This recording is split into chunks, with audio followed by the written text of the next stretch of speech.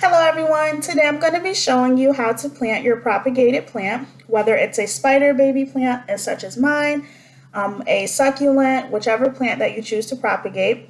I will show you how easy it is to take it from out of its propagation into a pot to grow on its own. So for propagation, it's usually when you take a baby plant, you can take a leaf, there's different methods of it, but what I did was use the water method. I took off one of the babies from my larger spider plant.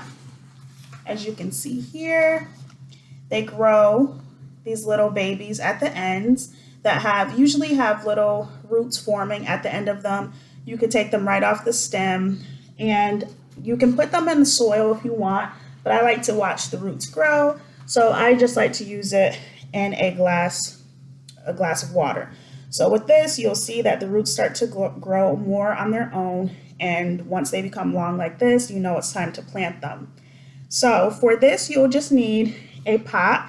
I'm going to use a nursery pot. These are usually what you'll get when you go to a garden center, what they already have their plants in. Since my baby plants aren't that large yet to go in a regular size pot, I'm just going to use this. You'll need gardening gloves so that your hands don't get dirty, and then you'll need a good soil. I like to use cactus succulent soil since it's well draining, but it still retains the moisture that your plants need. If you tend to use soils where it retains a lot of moisture and takes a while to dry out, you can be at risk of your roots from your plants getting rotted out. So I just like to usually stay with this, even though it says cactus, I use it as all purpose. To get started, you want to take your pot. Well, first put your gloves on. All right, so you want to take your pot, whatever pot you choose to use, and you want to fill it up just about a third of the way. Well, since these are babies, you can fill it up a little bit more, almost half full.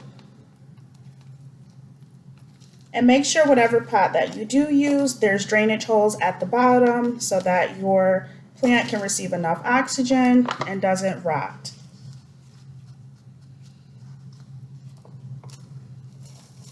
Okay, so once you add in your soil, enough soil, you want to make sure that there's enough space for your spider baby to go in,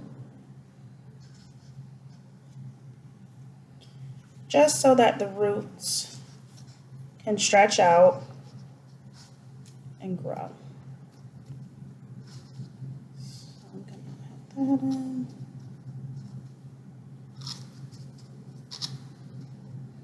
I'm going to add in my second baby.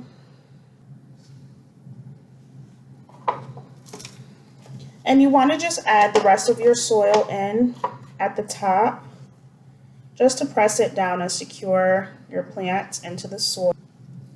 So gently press down firmly.